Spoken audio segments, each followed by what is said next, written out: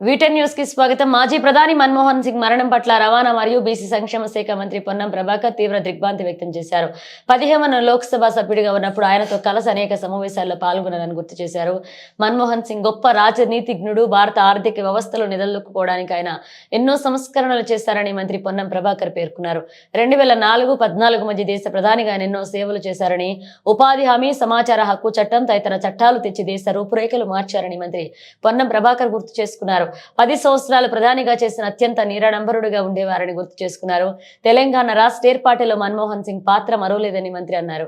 ఈ సందర్భంగా ఆయన మరణం పట్ల తీవ్ర దిగ్భ్రాంతి వ్యక్తం చేశారు. ఆయన కుటుంబ సభ్యులకు ప్రగాఢ సానుభూతి తెలియజేశారు. ఆర్థిక సంస్కరణ లోపల ప్రధాని పివి నరసింహారావు గారికి సన్నిహితంగా ఉన్నటువంటి ఒక సంస్కరణవేత్త.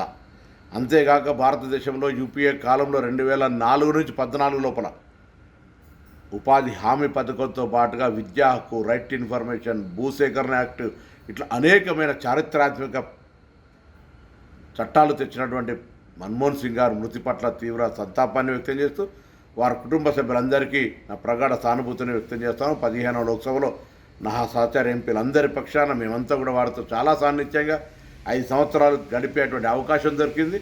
దాని తదుపరి కూడా అనేక సందర్భాల్లో ఢిల్లీ వెళ్ళినప్పుడు కలిసేవాళ్ళం. ఈ మధ్య 3-4 సంవత్సరాలుగా వారి అపాయింట్మెంట్ని మంత్రి అయిన తర్వాత కలవడానికి ప్రయత్నం చేసినాము.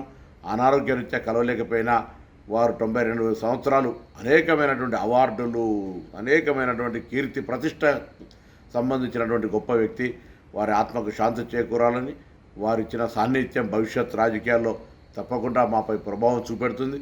5 సంవత్సరాలు లోక్సభ గౌరవ ప్రధానమంత్రిగా వారితో కలిసి పనిచేసే అవకాశం రావడం మా అదృష్టంగా భావిస్తూ వారి కుటుంబ సభ్యులందరికీ ప్రగాఢ సంతాపాన్ని వ్యక్తం చేస్తా ఉన్నాను.